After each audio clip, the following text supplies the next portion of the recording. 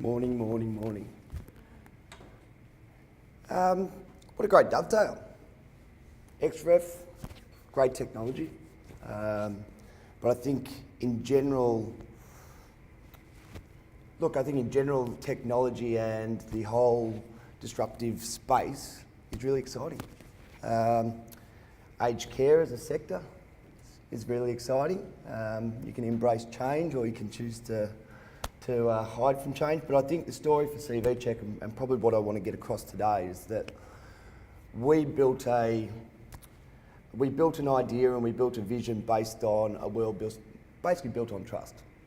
In 2004, the vision was obviously to build a platform which is providing our clients and individuals with verified information. So from 2004 through to now, we fast forward, we're now ASX listed. We've got over 11,000 clients, and that is our corporate clients. We operate out of 190 countries and territories, and we offer over 1,000 checks. And what does that mean for the aged care sector? What that means for the aged care sector is that we can provide those critical information points to ensure that you're getting the right person and to ensure that the information they're providing to you is true and correct. Because half the battle we have out there, and obviously was mentioned with XREF and obviously Michael as well, is that what is the ambiguity? Can we trust that the information being provided is of truth? We were talking just before about obviously verification pieces. There's actually $700 million last year alone in false education. I own about 17 degrees, and I've actually purchased my own degree on several occasions from websites, and it's got the same Vice Chancellor's signature.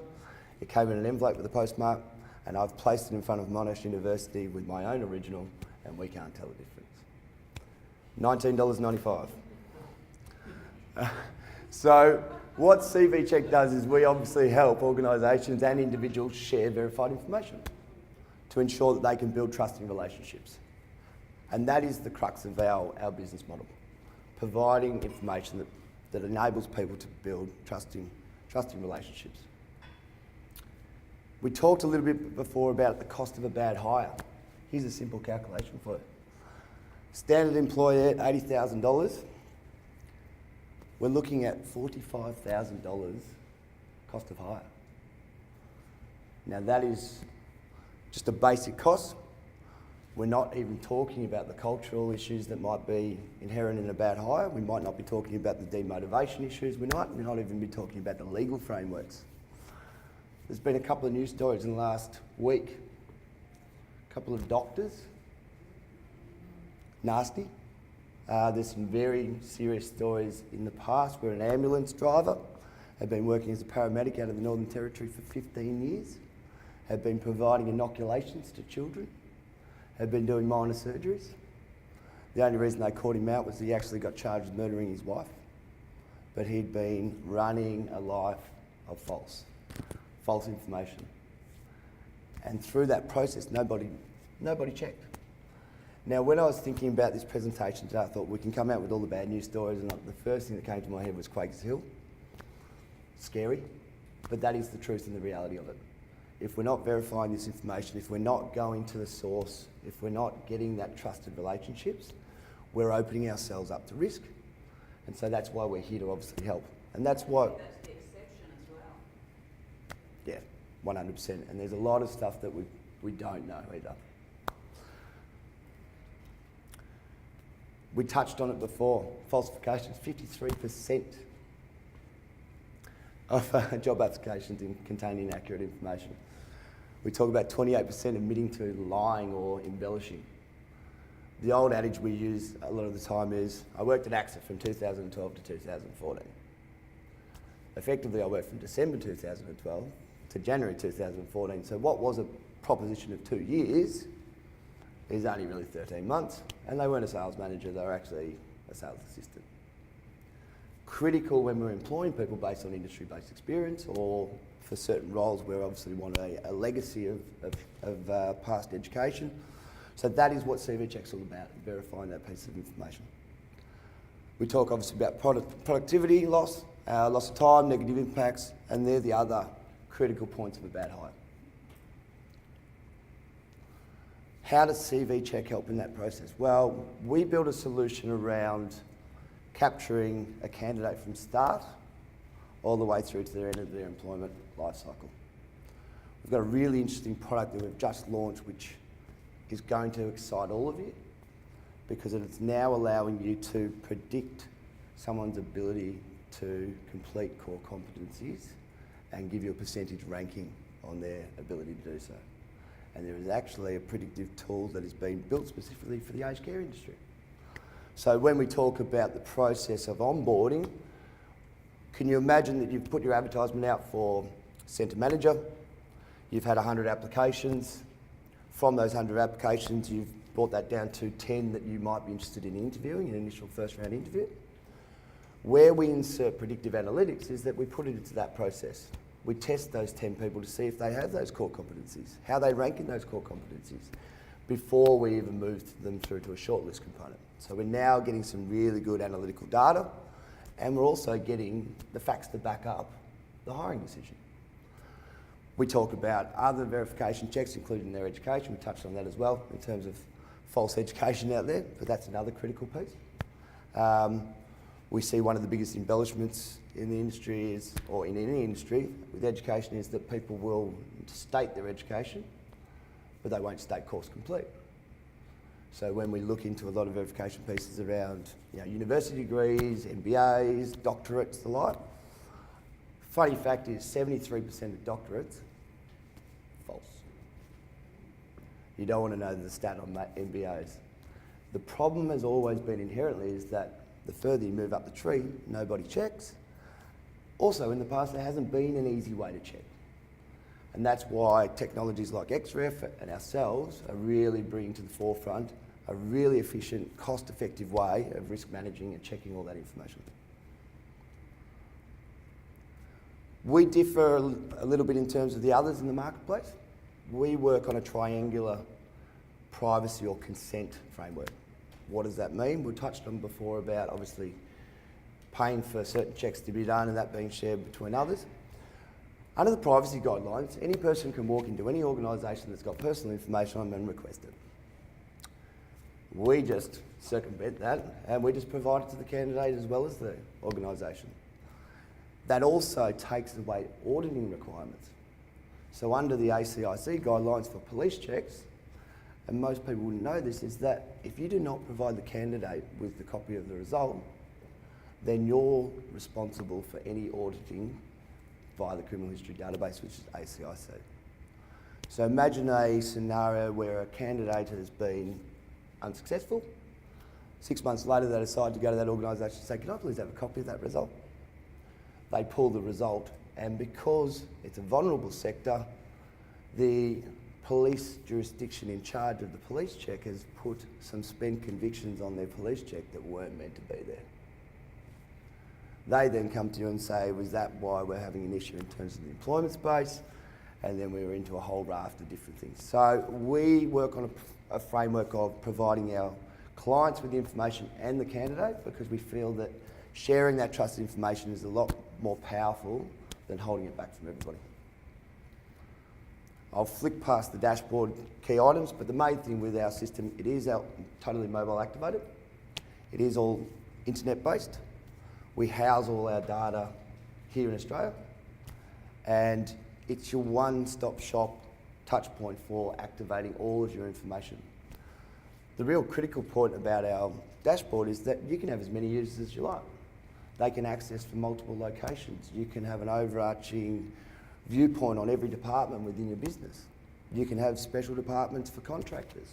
So it allows you at one glance to extrapolate all that information, whether you want to download it, whether you want to export it, whether you want to attach it to a HRIS platform, but it allows you all of those verified pieces of information in one space. And I'm sure we've got probably most of the people in the room that have had pain points around national police checks. And given that it is a legislative requirement, we think we've probably got some of the best technology running within the industry at the moment delivering police checks. There is only one criminal history database. We all access it. But the way to obviously improve that process is those sharp edges in terms of delivery, we polish those off with technology. So wherever we can, we will use automated processes to obviously deliver your result better. Our police check certificates have a number of unique security features. There's a number of providers in the market space that will send you results via email. Not secure. There'll be other providers that will provide police checks in unlocked PDF format. Now, there was a case within the finance sector where some entrepreneurial individual was doctoring people's police checks. Simple Photoshop, they were being passed through, and there was a number of individuals out of some of the major financial institutions that were caught out. That was all because there was a requirement within that industry sector to not have any dishonourable charges or any criminal history, and so therefore they needed to obviously have those removed. We have a number of security features that allow our clients to, one, check a control copy on the system. So if they get presented a hard copy or get presented an email version of someone's police check, an organisation can easily go to our platform and actually review that against the control copy. So we are skipping around those abilities for people to obviously doctor their results. We also harness a number of different employment-based checks, and that obviously goes into what we were talking about before in terms of education, but also employment history. But one of the biggest and most exciting projects that we've just launched is the predictive analytics tool. Now, with my discussions with Michael and obviously some of our aged care clients, I think one of the biggest pain points, I believe, is a lack of candidates in the talent pool. And as we grow in the sector, and as the sector obviously grows at a great rate of knots, that's going to continually be a hurdle for people. So we look at predictive analytics as another opportunity to look for talent in other industry sectors. How powerful would it be for an organisation to be able to test a candidate from a totally unrelated sector, but get a result in relation to all their core competencies that would match up for an aged care transitional role? That's some pretty powerful stuff. Our difference, accredited and trusted. We're Australian based, as I mentioned, so our call centre and all our data is housed here, which is another critical piece. There is a lot of concern out, and obviously out in society today about personal information. Fast and flexible. We've obviously got the international coverage. As I mentioned just before, unique security features. Once again, we're a consumption-based product where there is no obligation, there is no lock-in contract. You can come and go as you please. We believe that our service proposition is at a level that will allow us obviously to maintain those SLAs for our clients. And the best way to keep us honest is obviously to allow our clients to come and go as they please, because that is the best form of protest against a product that's not performing. And finally, our risk and compliance scenario is very well housed. I know you mentioned before too, with XREF, they've obviously got a compliance manager. We've got to generate a legal team within our organisation as well that looks after those critical issues. But if you want to know more, I'll be obviously here for the rest of the day. But cvcheck.com, or on your phone, cvcheck.com as well. Any questions? I've got a couple before I hand over to my co-presenter, Tiffany. I remember helping people who were doing their Cert 3 in aged care to get their police check so they can go and do practical placement. Is there a difference between the national police check, the AFP thing, you write to Canberra and all that, versus what you provide? Absolutely no difference. So within Australia, the criminal history database used to be managed by CrimTrack. It is now managed by ACIC. The criminal history database only looks at 3 pieces of information, and this is the thing that most people don't realise, is that it is the name of the individual, their date of birth and their state of birth. The algorithm is not gender specific, it doesn't look at their previous addresses, and the mathematical equation will actually jumble that person's name around. So Nick O'Brien can effectively be a match with Nicole O'Brien. One's male, one's female. So when we talk about the difference, there is absolutely no difference. We all access the same information, it's just the way we access it is far more technologically advanced than obviously the counterparts out there. Okay. How long does a check normally take? Because I remember some of these checks being lost in the mail and taking 6 weeks and other. It was a pain trying to get people on practical placement. Perfect. One of the, I don't know whether you saw, probably about 2 years ago, we did a massive marketing campaign. It was police checks on demand. And one of the biggest pain points for everybody was going down the post office, lining up, then waiting by the post box, and 3 weeks later it'd appear. Now, that still is a process. In most instances, our police checks will be back within sort of 1 to 2 hours. That is heavily reliant, obviously, on batching times. And then we obviously have a scenario when there's a name match or a referral. Then we're sort of at the lap of the gods, depending on the police jurisdiction and obviously the government database to review the information. But usually 1 to 2 hours if they've got a clean record. Okay. And my final one was, legislatively, we need to do it every 3 years. It's in the Act. How often do you recommend or see that providers should do it? Since it's so easy and it's not cost prohibitive anymore, look, we work across a number of industry sectors. It's not just aged care. The question I ask our clients and our partners is, how much water is under the bridge in 3 years? Even 12 months. And one of the things that we see right now is there is a massive spike in cyber-related crimes. Stalking via internet carriage is probably one of the biggest. And so given that criminal history is obviously developing quite quickly, yes, legislatively, 3 years, I'd just be asking the organisation what's the best possible practice. And that's similarly for working with children's checks, for instance. Working with children's checks, we actually recommend, and all the departments recommend, but not mandatory, to run a police check with that in conjunction. I currently have 2 case studies where I know of 2 individuals that have been incarcerated for murder, and they both have working with children's guards.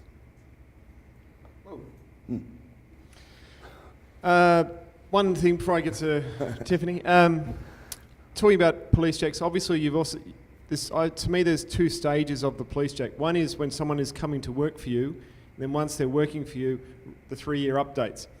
So one of the advantages again of our system that allows you is when they come to work for you, if the police check is older than a couple of months, you'd want them to get a new one. But every time they start a new job, they have to do that. It means that you're constantly being updated.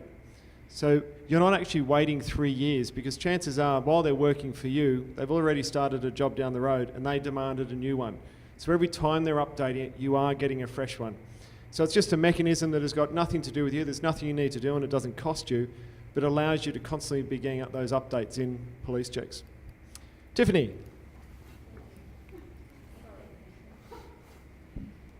Just a comment about the police checks. I think 3 years is a ridiculous time frame.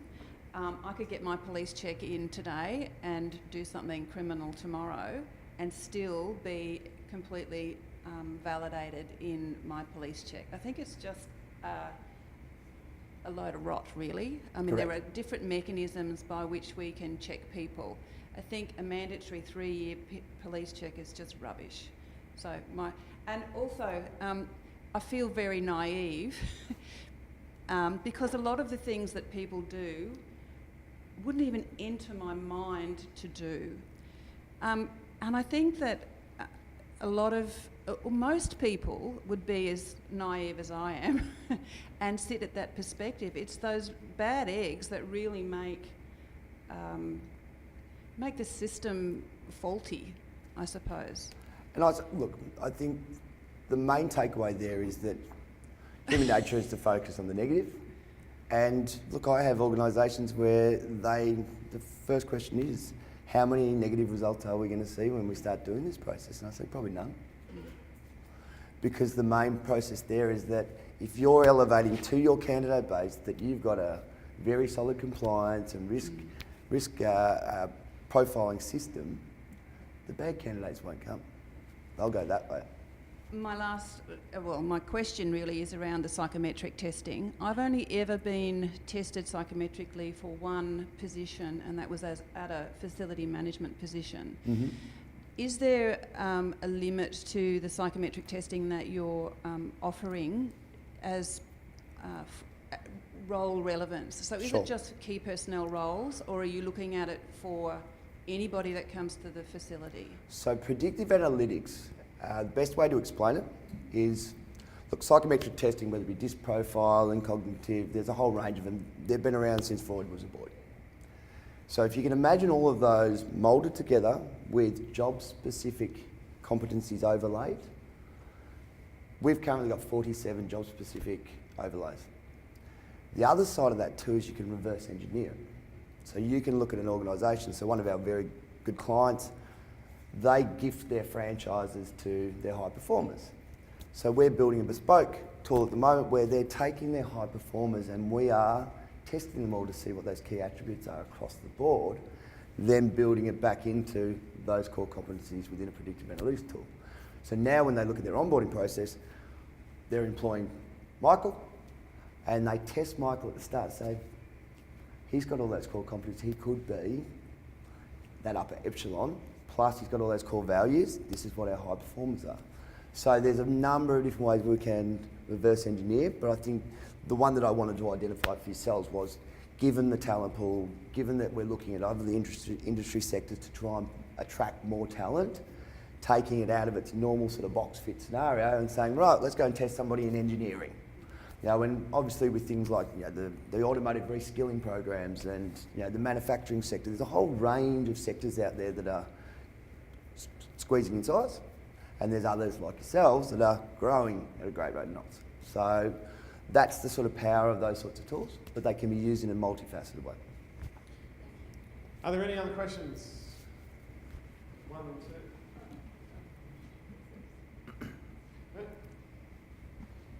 Just interested if you do anything with insolvency checking and about disqualified individuals under the Act.